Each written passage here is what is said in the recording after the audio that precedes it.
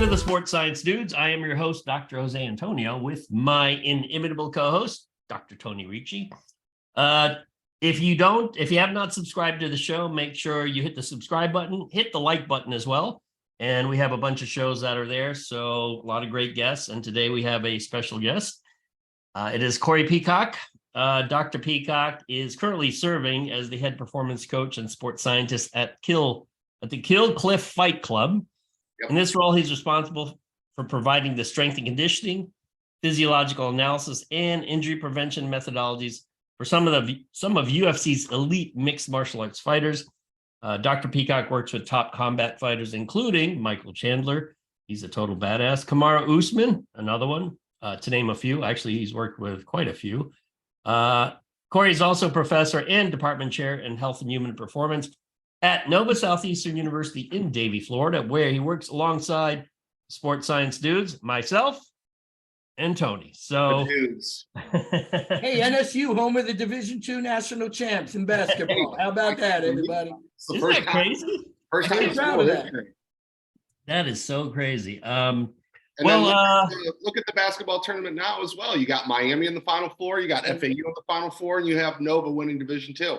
Florida, baby. Yeah, isn't it? It's the first time not a top-ranked team hasn't made the Final Four. I think the highest ranking is fourth, something like that. Yeah, third, I think, third, fourth, something like that. Yeah, it's amazing. I mean, imagine if it's FAU and Miami. That would be awesome. That's what I'm hoping for. Me too. Now, before we get into some of the strength and conditioning stuff, since all of us have some background in it, you guys have a lot more than me, I want to ask you, Corey, about the fight between Usman and Edwards. What's your thoughts on it? Because prior to the first fight, Usman was dominating, and then, there's the roundhouse kick heard around the world. Yep. And then something changed, apparently something changed, and Edwards had figured something out. Or as a fight fan, how do you look at that? I think it was a really close competition when you really go back and watch it. I watched it twice. I think the big difference in this third fight is Leon was able to adjust and compete in some of the grappling exchanges where he was not competitive in the first and second fight, and I think that made a world of difference in how close the competition was for this third fight. If you looked at Kamaru, I think he did a lot in terms of defensive adjustments, especially for that head kick. And I think maybe at points in time that took away from the rest of his defense and the rest of his arsenal. He was openly eating some body shots, some leg kicks. And realistically, when he had Leon in a couple of those positions, just wasn't able to execute and finish. With the point deduction in the third round, I believe, that was a tricky part. I think that was a pivotal moment in the fight. I think if that fight would have went to the ground right then and there at that moment, it would have been a bad position for Leon. He would have been on his back. Again, I'm a little bit surprised. I thought with that point deduction, I thought that we were potentially going to have a draw based on that right there. But it was extremely close and competitive, and hats off to both of the guys. I mean, they're just realistically, they are the best of the best in that division right now, and that showed. What do you think, Tony? Well, I happen to agree, and am I right too? Though after that point deduction, did they start back? So from the fence grab, started standing.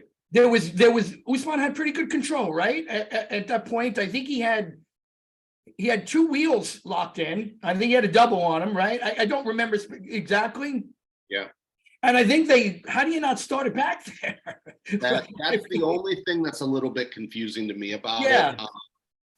And again, it's a lot of what ifs, if that. Oh, certainly, yeah. Whatever the case might be, but I do think we're looking at a little bit of a different fight right there. If he has, roughly 90 seconds from that back position to put some wear and tear on him. Totally agree with that. And that was just my point, that I fully agree with you that if in that round, it just could have flipped either way. I think Leon did a wonderful job in his striking, though. Yeah. Selective, accurate, didn't leave himself open to much. in doing so. So he fought I think Leon fought a great fight, and you have to do that against Usman. He's incredible. He's a great champ, and Dana said he's one of the best ever, and he is. So I had it like a, with the point deduction. I mean, draw wouldn't have surprised me. But 47-48, 48-47 seemed rational in some eyes. I agree completely. Yeah. Agree. Yeah, and Leon, I guess his next fight, well, Dana White's trying to set it up with Colby Covington, which Leon's not a fan of because Covington hasn't done anything in a year. Right. I guess the other question, which I don't see anyone bringing up, is what would Usman's next fight be? Sure. Well, I think going back to that first part, looking at Leon Edwards, I think Colby was smart in taking the weigh-in option instead of a fight. Again, it's all hearsay, but it was rumored that they did offer him Bilal Muhammad, and Bilal was willing to take that fight, who was also on a 6-7 fight win streak. His only no contest in his last 10 fights, not a loss, was to Leon. It was that eye poke, and they never ran that one back. So, realistically, I'd have to think Bilal is in that position to take that fight. You also have, Gilbert Burns, Masvidal coming up, where if Gilbert has a pretty astonishing even actually both ways, realistically, Gilbert probably deserves it. But if Masvidal was able to come out and do something, which I highly doubt, obviously him and Leon have some history of him cracking Leon behind the stage and whatnot. Those guys are nuts. All right, enough of the fight talk. Segueing into strength and conditioning, which you two are quite well versed in. This question comes up, and I've actually talked, and you guys know JC Santana. I've talked to him about this question as well. Whether or not you, as a strength and conditioning coach, the pros and cons of you having played the sport of the athletes you train and not having played or participated in the sport, the athletes you train. Because I know JC, he's trained like triathletes, and he's never done a triathlete in his life.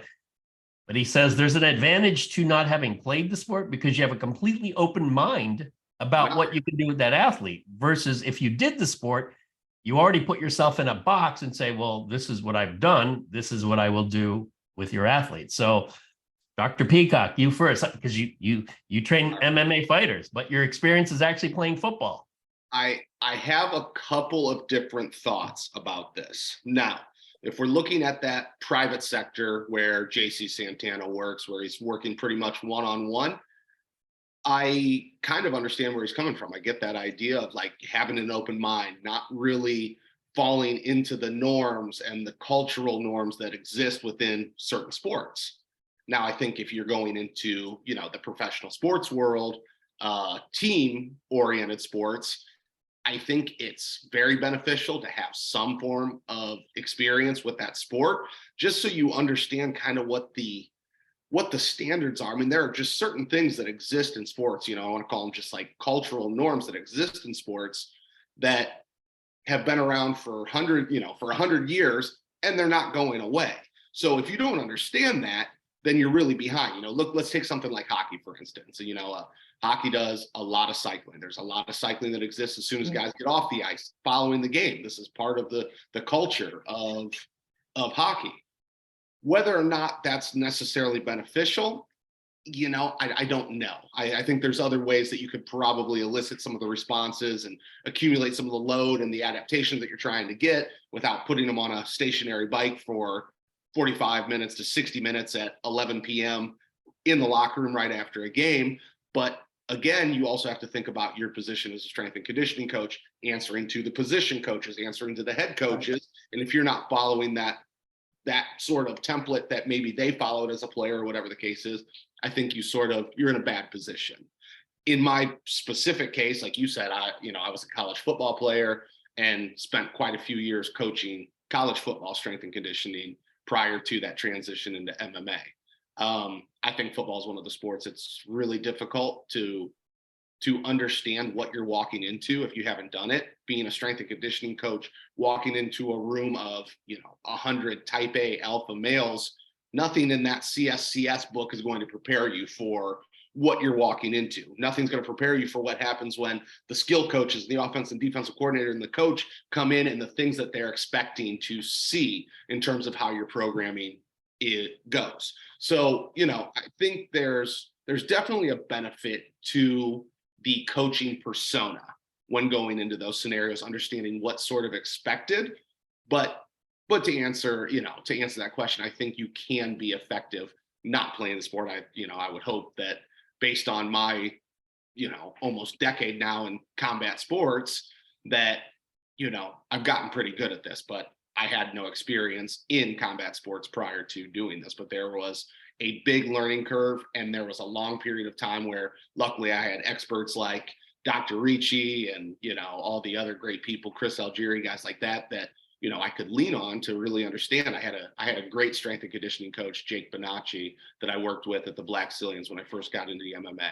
And I'll be honest, I was just very fortunate because he already had a ton of world titles under his belt, worked with Randy Couture in his heyday, Vitor Belfort in his heyday.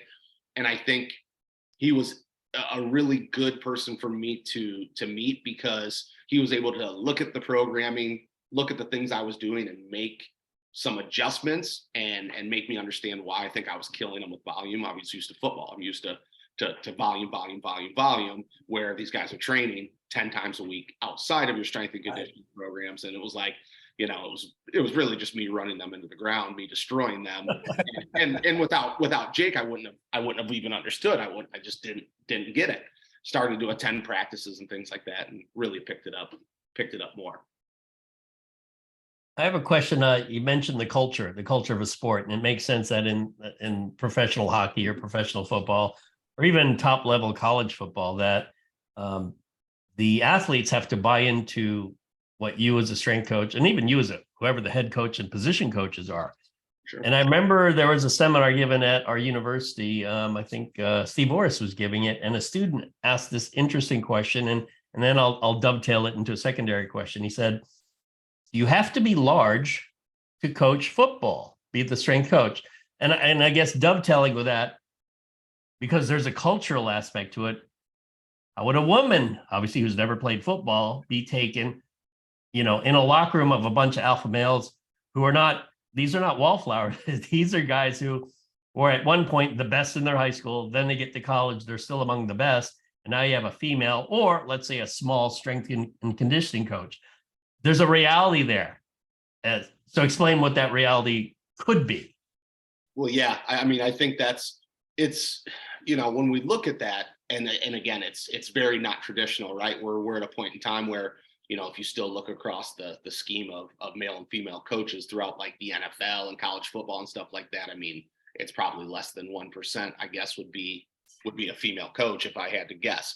Now, the one thing that I will say, and I think it's been cool to see sort of that evolution. It's, realistically, these sports science roles, I feel, have sort of opened some of those doors for female coaches. I think that's been sort of a segue into the coaches really, for the female coaches to get their foot in the door and really do well. If you look at the Tampa Bay Buccaneers, they have a great female strength and conditioning sports science coach, and a Super Bowl ring to go with it. I know University of Maryland had a great female sports scientist. I was just at a seminar, our NSCA this summer, and heard about some of the work she was doing, and I believe she's at Texas now. So it's interesting, like you said, it's a paradigm where it's not the norm. I know how a football team would react and take and do to that. It's definitely one of those things that it's not traditional, and anything that's not traditional takes time. It's just one of those things. You can't expect it. You can't expect this non-traditional route just to be completely normal like that. It's not going to be the case. And I guarantee you, if you ask, some of those female pioneers that are in that position, I guarantee you their trajectory to where there wasn't necessarily the traditional route that maybe a Division I or former pro football player took to the helm of that head strength and conditioning role. It's just, it's just one of those things. It's definitely a different path. It's definitely different, social norms that come along with it that, we're finally starting to see some transitions in a different direction. So it's cool to see that field sort of evolve where it's at now. Can I have a question addressed to both of you? Because this goes hand in hand with a lot of the purported goals of our students. And this is not just our university. I'm sure this is across the board. Right. If you ask undergraduate exercise science students, they all want to work with professional athletes or collegiate athletes. And they have this idea that it's glamorous and it's, you just got to work your way there, when in fact, there's a lot of hidden rules into getting involved at the highest level, whether it's college athletics or professional athletes. So Tony, you've worked a long time with fighters. Yeah. If someone said, hey, I want to work with fighters, Tony, what's the secret? What do I do? Well, this is a great question too, Dr. A. And I have a young Dr. Peacock there, Corey's familiar with him, named Brandon, a young kid who's kind of working over at Law MMA that mentored under me for a couple of years. Yep. And I got to tell you, you will ask yourself, particularly in fight sports, I can't speak, when you get to the elite levels of football, you really know why you're there. You have a team structure. There's a lot of codes. There's a lot of standards. To Corey's point, there's a culture that is also normalized for you that you must become a part of. Fight sport's a little bit different. And I can assure you, if you care about what you're doing, you will ask yourself, what the hell am I doing this for at least 2 to 3 times a day? Because it's a lot of, so particularly in my case, I work with athletes one-on-one. What Corey does, Dr. P does, I can't do. And I say that out of respect for him, not out of something that, I don't think should be done. He has to do it. He has the capacity to work with 10 athletes, 11 athletes at one time and really put together good work for them. But I was always work with maybe 2-3 fighters a week in individual camps. And you're talking putting 6, 7, 10 hours a week into maybe more, 12 hours. If I'm there watching sparring, 14 hours a week into one fighter. And then sometimes it all goes to hell. The outcome is just not good. So I will say this much. It's a lot of time. It's a lot of effort. And if you care about it, you're going to find yourself having a lot of down days about it. Because I know Corey can speak to this. Watching people you worked really hard with, spent 12 weeks with, 3 to 4 days a week minimum, 15 hours, 16 hours a week. That excludes observation. And, maybe they take a loss early. It's pretty tough on you. It is anything but glamorous. And the truth is, in MMA, the money is not huge. It's not huge for the top guys. Moreover, the strength coaches. So it's quite challenging. Listen, I'm a full proponent. I want young men and women who love it to go into it. But I just want to have a realistic perception. And as just say this, as the sport continues to become less and less of a meritocracy and more of, all right, well, we need this fight because he or she sells more, which I understand. I'm not condemning it. It becomes even more frustrating and challenging. Imagine working with somebody who's 9-0, 10-0, right? And you've spent 4 or 5 years with them and they don't get the title shot. So there's a lot of tough moments in that game. A lot of times, a lot of lonely nights when somebody I really cared about got pummeled, to be honest. And you'll take it on your shoulders. If you care, you may have nothing to do with the end result. But if you care about it, it's going to take you a couple weeks to get over it. Yeah, there's no doubt about that. It's tough. You look at this last weekend with, or this previous weekend with Usman, and I've had a couple of other big guys, couple of wins, couple of losses and stuff like that, man. And it's weird because those wins, you don't really spend too much time enjoying those. It's those losses that make you go back and revisit and think, okay, what could we have done differently, if anything? And again, I know strength and conditioning's, 10% of the big picture of things. When you really look at this MMA thing, it's like, what could we have changed that maybe changed 1% and things like that? And you're always questioning, you're always evaluating. And as long as you have some source of objective data that you can fall back on and really analyze, you're in a good position to answer some of those questions. Would you, if a student comes up to you and says they want to work at the highest level, whether it's MMA or college ball or pro ball, do you tell them the reality? Like, look, there's only 32 NFL teams. You're not getting a job there. Or hey, this is your dream. This is the path you might take. The chances are, 1 in, maybe 100,000, you might get there. So what advice would you give to someone like that? Because there's a lot of people who think there's this path to like working with these high-end athletes. Well, here's what I will say. I do believe that the path to get to that point, you know, is going to be the same for people that didn't make it to that point as well. People that have maybe kind of lingered in the, you know, assistant strength and conditioning coach, associate strength and conditioning coach, that have never maybe made it to that head spot of strength and conditioning and team sports and things like that. I believe that the trajectory and what everybody did up until that point was the same. But that's to answer your question. I don't try to give them a reality check of what the odds are of getting there and doing this. I try to provide them the reality of what it takes to get there. And it's like, are you willing to get up? And realistically, this is the way this is. If we're talking football specifically, are you willing to be the first one in the facility at 5:45, getting the weights ready, getting the racks ready, because you have your first group rolling in at 6 o'clock? Are you willing to be the first one in there at 5:30? Now, are you willing to do 2, 3, 4 strength and conditioning sessions up until practice comes along? And now you're outside for practice.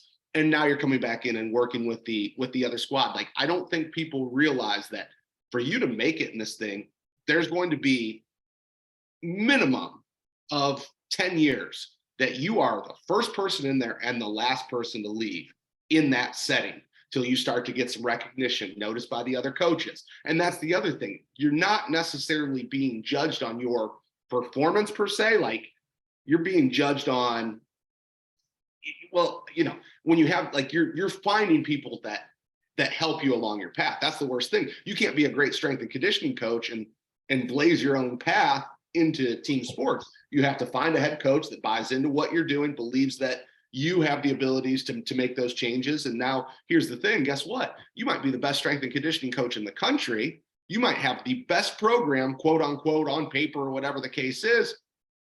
You don't have the best athletes, or you don't have the best game plan, and your team goes 6-4 and your coaches get fired. Now you're out. Right. Not because of what you did, but again, I mean, what everybody did. You know, I don't want to sit there and take away either, but it's like that's the reality of it. Is you're going to put in so much time to get there, and it can be taken away from you like that based on the smallest things that may or may not even attribute to your actual job performance. Yeah, and that's one of those things that, you know, there's the reality of how much time you got to put in, which, you know, a lot of people, there's Bob Alejo is logging in, which a lot of people aren't aware of. It's a lot of time. And, you know, I don't think people understand the reality of being the best. Hey, Bob, you're unmute yourself, sir.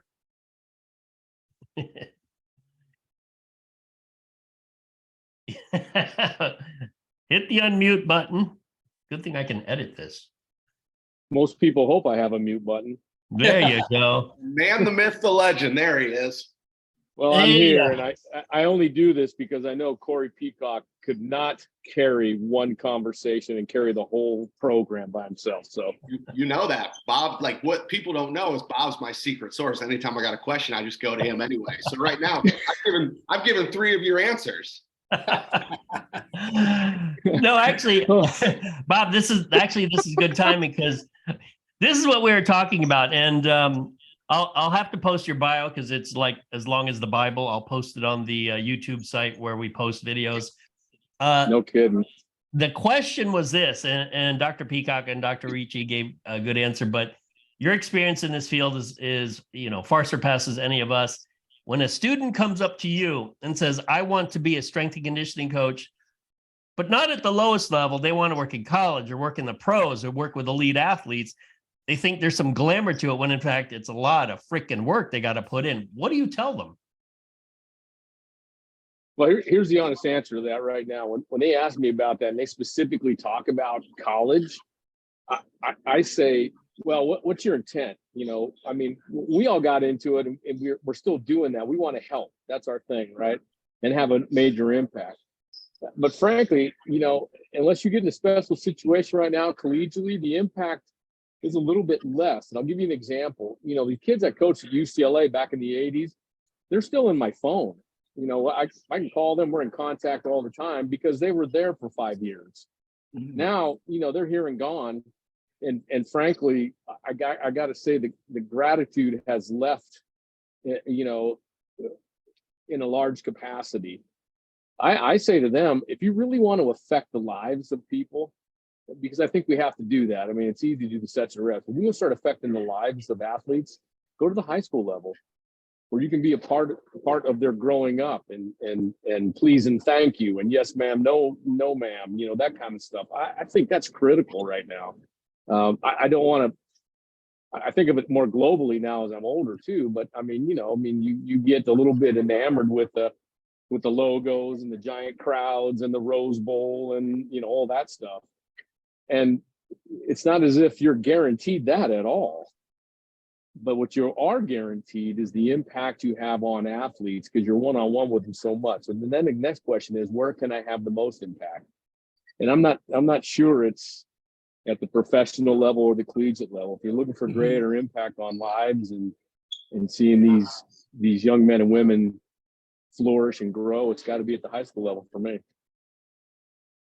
That's an outstanding point, I think, because first, the glamour that we speak of isn't there. It's a 15, 16 hour a day, working, and again, I think it's great to tell these young individuals better to shoot high and miss than aim low and hit, because you'll be well prepared for many, many opportunities in doing so. But great point, Bob, on that regarding what is your intent. If you want to change lives and coach people to be individuals, or I should say permanently change their lives and coach them forever, that's the proper level. The high school level is where you have that greatest influence. And I've never thought in that capacity, but you're spot on. I mean, it's the truth. That's the reason I'm in this field. It's the reason that I followed my path, is that I had, a great strength and conditioning coach in high school, which, at that time kind of wasn't really even heard of. We had we had somebody in the community, an alumni that, obviously worked a 9 to 5, but also was willing to put a program together and develop a weight room for us and raise funding and things like that when, I was probably in 8th, 9th grade. And I mean, it's just been that's one of those people that, I literally just had a conversation with him and the new high school head coach a couple of days ago about just, ways that I can continue to help based on the fact that, he invested so much in all of us and stuff like that and influenced what I do as a coach and this, exercise science field. Well, I got to say too, Tony, great to see you, by the way. You too. On the other side of this, I've been so privileged and blessed. I mean, I've lived this Walter Mitty-ish sort of, I'm just a normal guy from middle America, and all of a sudden, I've just enjoyed this unbelievable adventure. So I also tell these same people, I say, look, now, when I first started out, it was dark to dark every day, and I loved it. I loved every minute of it. And as it kept going on, it's exactly the same way I explained my time with the Oakland A's. I couldn't wait to get to the ballpark every day, and I hated to leave and go home every day. Wow. So I think that's lucky there to that degree. So yeah, you can enjoy that, which is why I kind of go back and forth with the realities of this crap you hear, like, oh, who's going to take that $35,000 a year job? That's bullshit. And I say, well, I would. I did. I took a $10,000 a year job. Worked out okay for me 41 years later. Again, that's me, and if I look at Tony, if I look at Corey, and even you, Joey, I think, well, if you're going to think you're going to live those guys' existence, you have no concept of the amount of thread that's put into that garment, right? Doesn't mean you can't, but if you just say, hey, I want to do what Corey Peacock and Tony Ricci do, or I want to be a great scientist like Joey Antonio, you go, okay. But I mean, that's only part of it. Yeah, I'm up at 4 a.m. writing, for Christ's sake. So, of course, I only work till 8 a.m., but nobody knows. Oh, I know. But he also goes to bed at 9, though, okay? Yeah. And trust me, I know. And as Alejo knows, I'm paddling from like 8 to 10 a.m. So as he falls asleep with his paddle right here. Hey, no, this is a good segue for the question of, in terms of lifting weights, kids. When my daughters were quite young, we actually had them doing sprints.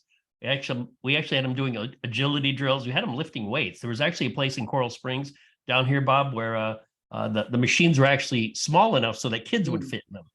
And a lot of the parents of the other girls that were on the softball team, they thought it was odd that we had our kids lifting weights and doing all sorts of stuff. So you and I, we all know the science of, kids resistance training. What are your guys' thoughts on this? Because this is an area where a lot of parents are completely misguided. I'll take that to start with, and I know you guys are dove deeper on the science side of this, but I think they're probably also looking at the fact that not only were you resistance training your kids, you're resistance training young girls. They probably thought that was like extraordinary. Good point. Yeah, but and also too now, I mean, we all kind of figured out. I think for most part, at least I'll speak for myself. When I was understanding what they were doing in Europe back in the 80s and before that, I thought, well, it's not like every one of those lifters are midgets, and it just crushed their growth spurts. So it must be okay. Now we got so much information, I think, on everything about, childhood and adolescent training in terms of nutrition, right, Joy? In terms of creatine. Yeah. Oh, yeah. I mean, and all that stuff. But I mean, there's just so much out there now that you don't have to take my word for it anymore. I think that's a little bit.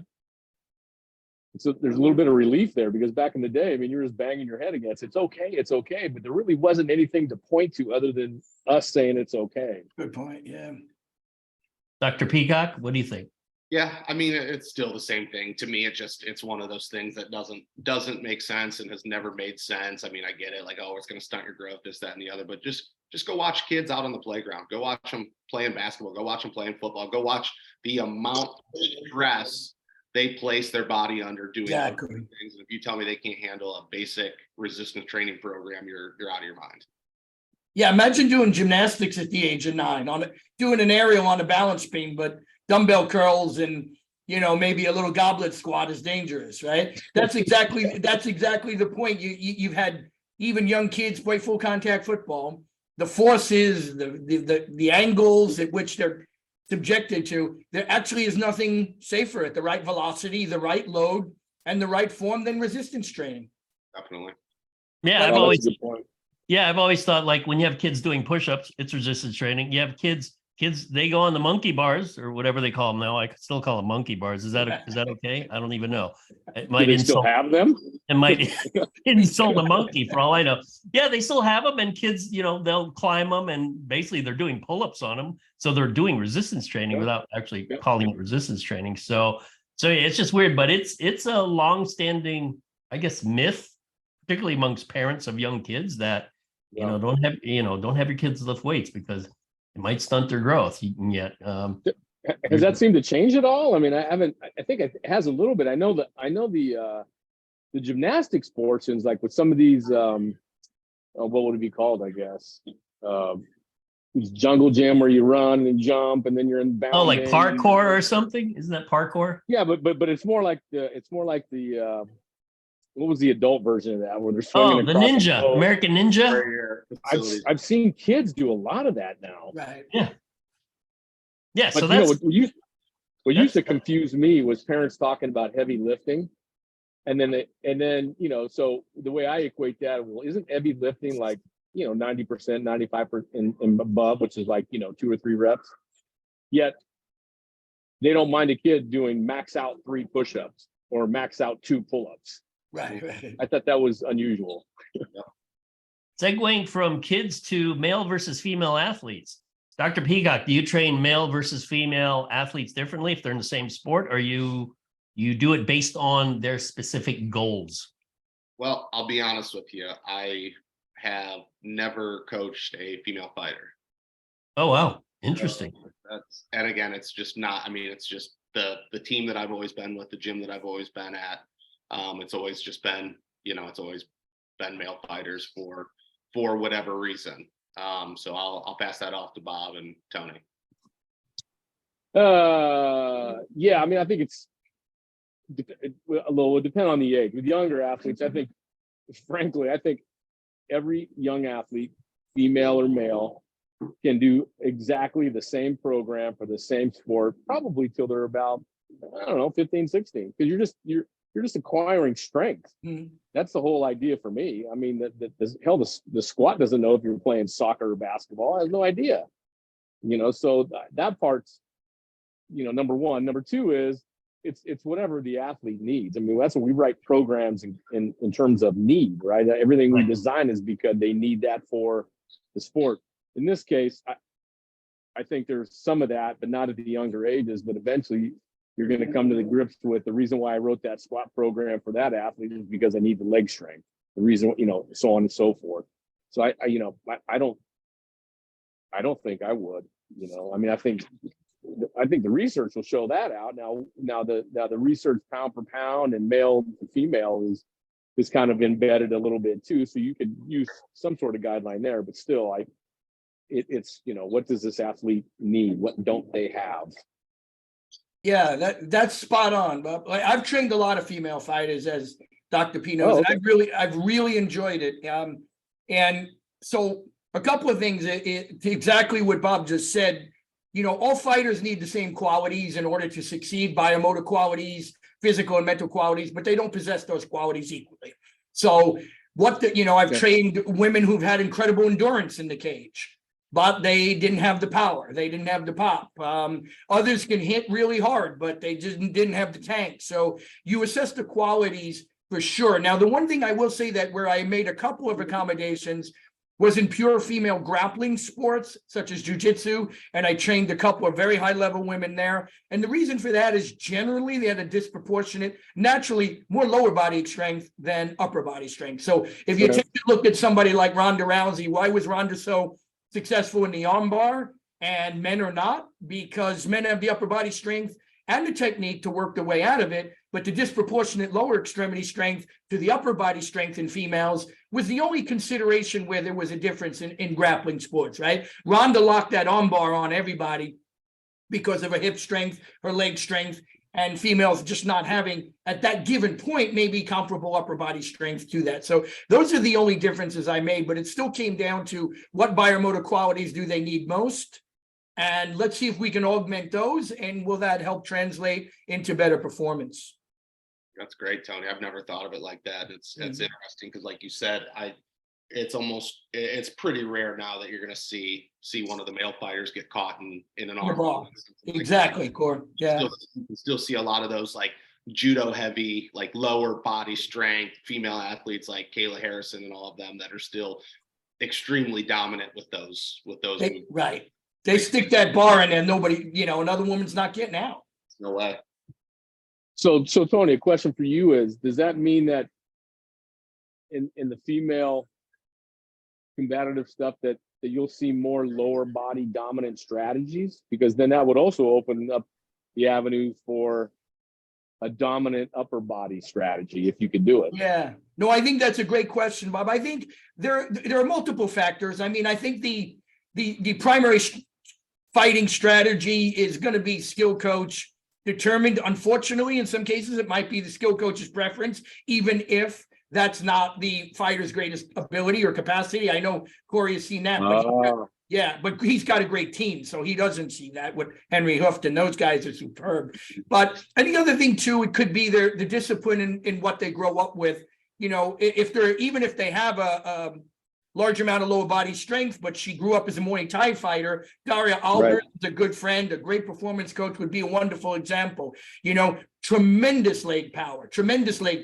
But does that mean she would translate that if she went into MMA in a grappling style? Probably not, because most of her discipline throughout her career was kickboxing, and she was so effective at it. Yeah. I see. Yeah, interesting. Hey, Bob, you made an allusion to, if someone's doing a squat, they don't know if they're doing it for soccer or football or rugby or whatever. There's a gentleman who says you should never do squats. He's a well-known strength and conditioning coach. I like how that you bust out laughing. That's pretty funny. I think we got our answer in the laugh. Well, in talking with Tony about this, it seems like one way to get well known in our broad field of sports science is if you take a position that just seems so outlandish, whether it's eating only meat or you should never squat or everyone must do Olympic lifts, that seems to be how you get known versus, if you eat eat lean protein, get your fruits and veggies, that'll solve 90% of your problems. And if you do, the typical, compound lifts, et cetera, squats, never do them. What do you think, Bob? God. Well, first of all, let's be clear. if I named myself the brownie coach and said all you do is eat brownies every day, I'd have 1 million followers before my next flight. Hey, I got news for you. If it's brownies, I'm signing up right now. You're going to be the president of my website. Well, so yeah, the guy you're talking about, Mike Boyle, and I call him the bespectacled one. And we go at it pretty good, but there's a more commonalities to us than there is differences. And to be fair, and I've said this publicly, he changed my mind about single leg training. And it was up until, I don't know, 15 years ago that I was doing squatting twice a week. And then I changed it to one squat day, one single leg day, which my single leg day is not the rear foot elevated squat, was a freaking joke, I think. Anybody who says that's a unilateral exercise is out of their mind or are lacking sight, because that one foot is anchored. I don't give a damn what you say about it. I know Alex Natera has done some studies on only contributes 20%, which Mike says, yeah, I know it contributes 20%. I go, okay, so that's not uni then. I mean, plus, even if it wasn't contributing to that exercise, the fact that it's stabilizing, it's different. If you don't believe that to be true, unsupport that back leg and do it and tell me it's the same thing. There's one rant. Rant number 2. Keep going. Yeah, I think you're missing it. I think you're missing the whole idea. I do like the idea of some of the things that it does. I actually go to one-legged in season, but that's following a solid, 30 to 40 weeks of two-legged heavy squatting, right? My reason is, let's go single leg. Let's go to the step up.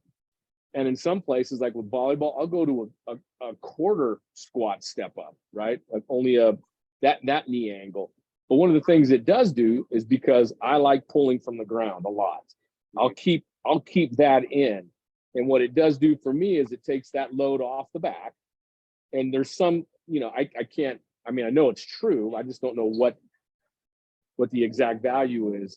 But I think your back recovers during the season as it gets to the end, slowly but surely, from those two-legged events that you were doing for 30, 40 weeks.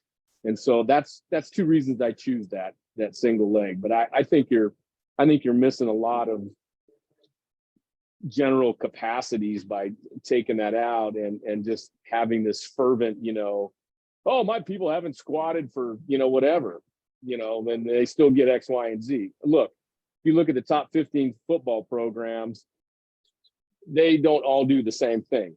But I'll tell you what they do. They have pretty much the same guy, right? Same player. So it's just a matter of offensive strategies and defensive strategies at that point. So what do you say? How do you pick one of those teams? Well, you can't. It's also like saying, well, I know people who smoke cigarettes their whole life and haven't gotten lung cancer. Does that mean that's what I'm going to do? No, because the evidence says pretty clearly that, yeah, you got a little increased chance to get lung cancer if you do. So why would I try it? It's ridiculous. I like the idea of one-legged stuff. I do not like the idea of making that a year-round sole proposition. Not at all. Dr. Peacock? I think he kind of hammered all the points in that I agree with. I think though, just like those people that are out there saying don't squat, I think we got enough people out there that have created crazy variations and resistance patterns and this and that of the squatting, and it's almost become an insane exercise if you really look at it. So it just like Bob said, there's a right way to do it, and there's not, and I think that's where we're at with it now. Are you talking about like some of the circus squats you see on Instagram? Is that? It's amazing. Yeah. I mean, there's real, people arguing about the angles and this and that. And if you do this and you put weight on one side and not the other, and you stabilize this and not this, it's insane. I've seen the unilateral loading. Have you guys? Yeah, that's been quite common now. Like 2 45-pound plates on one side of the bar, right? And then now I'm all for a little bit of asymmetrical training, but it gets a little crazy now. Can't do it with everything. I mean, yeah, I think anytime you remove an exercise permanently, it becomes ideology. It's no longer even applied science, because it's sort of like the people who say, I would never have athletes run. I mean, Obviously, that wouldn't apply to football because you have to run. But there are a lot of people who are like, oh, never run, never run, never run. It's like, well, you're eliminating really one of the most basic movement patterns that human beings do. But you see that kind of dogmatic view of training and nutrition all over the place. And in fact, when I was in grad school, and this segues into concepts of periodization, which I think we've all taught at some point in our careers, whether it's to one-on-one with athletes or in a classroom. The classic periodization scheme I learned back in the 1980s with Mike Stone, which I think you guys are well aware of Mike Stone. The phases of hypertrophy, strength, power, I think then it goes performance and peaking or something like that. And I always had an issue with, first of all, the names of the phases never made sense because you get hypertrophy in every phase. So to call one phase hypertrophy makes no sense when you can get hypertrophy from strength, you can get hypertrophy from power. So from the hypertrophy standpoint, since that's what I was studying at the time, it never made sense. And also, how many sports are actually conducive to this kind of periodization? It's team sports are not. In fact, individual sports, maybe if it's weightlifting, but a distance runner isn't going to do this. So thoughts, gentlemen? Go ahead, Peacock, hit it. All right, let me get this straight.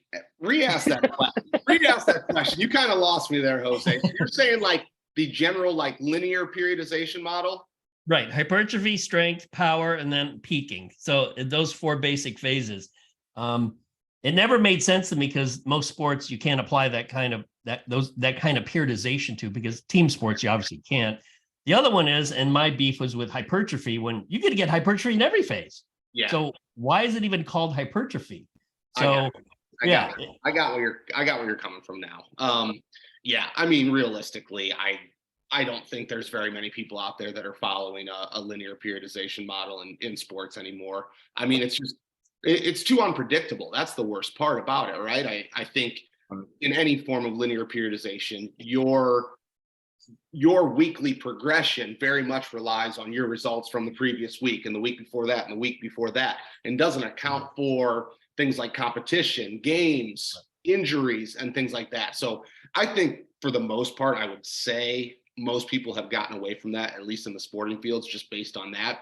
I think the undulating model is just much more conducive to sports. I think it allows you better variability than just putting somebody in a pure hypertrophy phase or whatever you want to say. Like, we're only doing hypertrophy from here to here. I don't think any of us do that with our rep ranges anymore and things like that. I think it's always some combination of 2 to 3 different variabilities trying to put this together. But yeah, unless you're doing like personal training, one-on-one clients, stuff like that, I don't think you're seeing it too much anymore. Robert, I know you have opinions of this. I was just going to say, it's amazing how I have an opinion on everything. Well, so this is near and dear to my heart because I do periodize and I think I'm really damn good at it. I start out with one sheet of paper, that 52-week, that old one has the things on the top and have everything on the bottom. One sheet, that's all I need, and I program the whole year off of that. But it's not linear by any stretch of imagination. One of the things that you can talk to about the detractors of periodization just in general is, look, if you have a plan and you expect an outcome, that's periodization. I'm with you, Joey. Like the names, I mean, okay, come on. I mean, whatever. But if you're planning something and expect something to happen, you've got an idea you're pointing towards. That's periodization. The other thing is that original 80, 81, the stone paper. Yeah.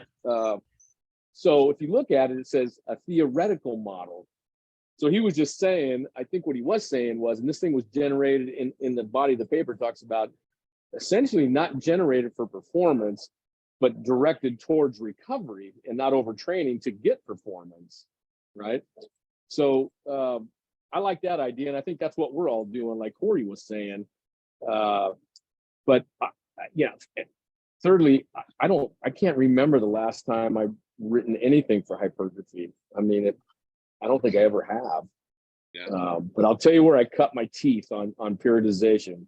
When I got to UCLA in the early 80s, track and field and swimming. because you have definitive dates, you have definitive times, which are qualification numbers, right? And that's where you can really, man, I love doing that, man. I just love getting down there with it, including the first thing that happened was I got this whole schedule planned out.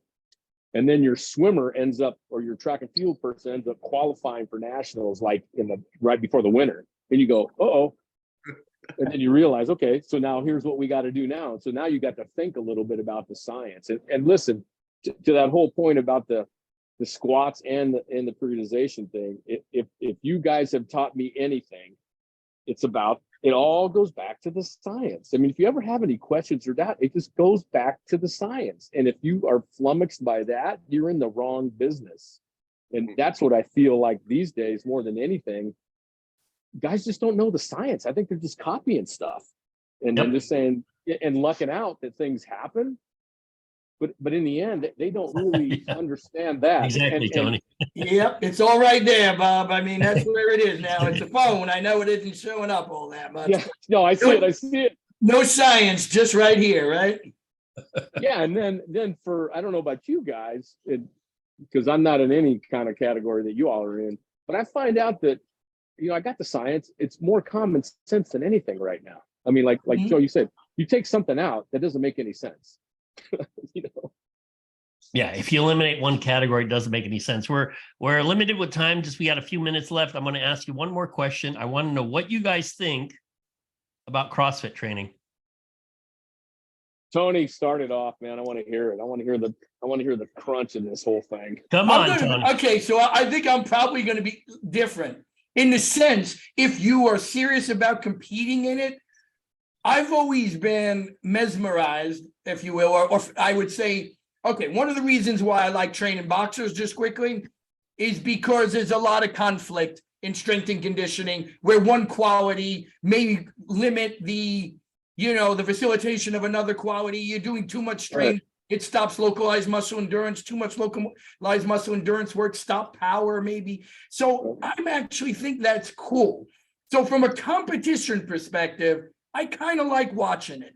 As a modality for anything outside of the competition itself, I wouldn't put it anywhere near it. I enjoy it as a pure competition, but it isn't a training protocol at all for any other sport. No way. It just doesn't work. Yeah. My simple summary. Train CrossFit to be good at CrossFit. I think that's pretty fair. I think CrossFit's it's one of those weird things, because I think if you really go look at it, especially at like the highest levels, it's kind of strange because probably 90% of those highest level CrossFitters in the world have no like real background outside of maybe like high school athletics. That's a good point. It's strange because training age influences your ability to do this so much. Guys that went through college football, college wrestling, maybe competed professionally, whatever the case is, their body can't hold up doing this. They can't tolerate the stresses of CrossFit to like, I would think one of my wrestlers could go out there and probably do really well at this, but I don't think their body could hold up training for this once they're done with, I'm just going to say it, once they're done with their real sport.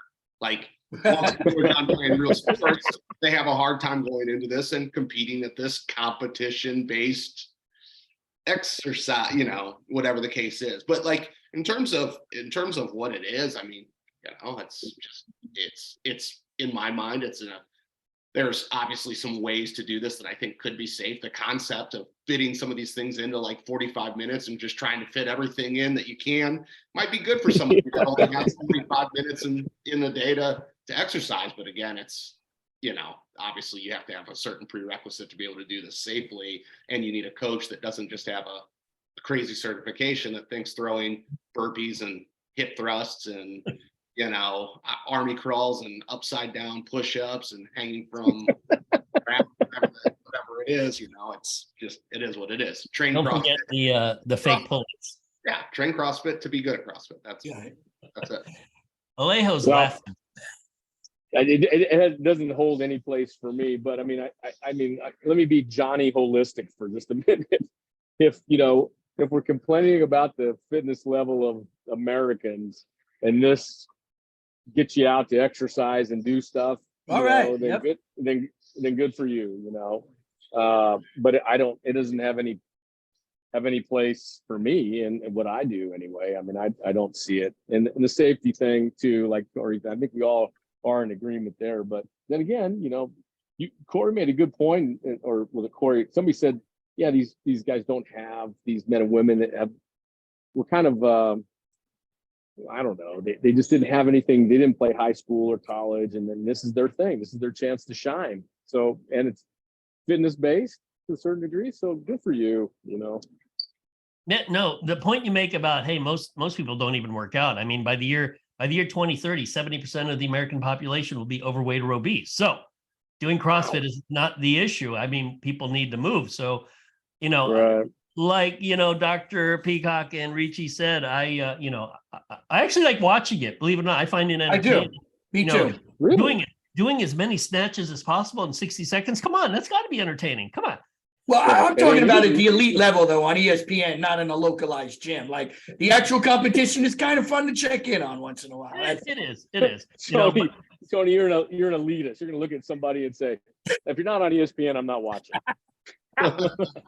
That's but yeah, as a modality for training a person for an athletic event, and I will quote Dr. Peacock. Well, it's not a real sport.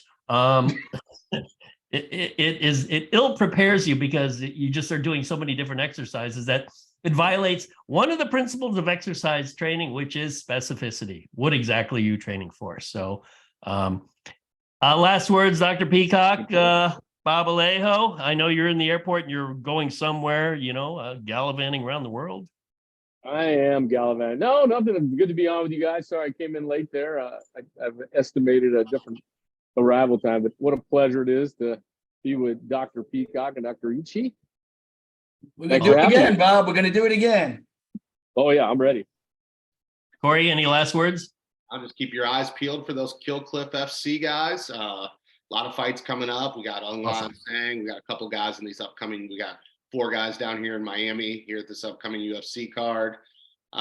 It just doesn't end. Looks like we're gonna have probably two Bellator title shots here before the end of the year as well. So, Wow, a lot of fights. Corey, can I just ask quick? What's the squad size now about of pro fighters there approximately?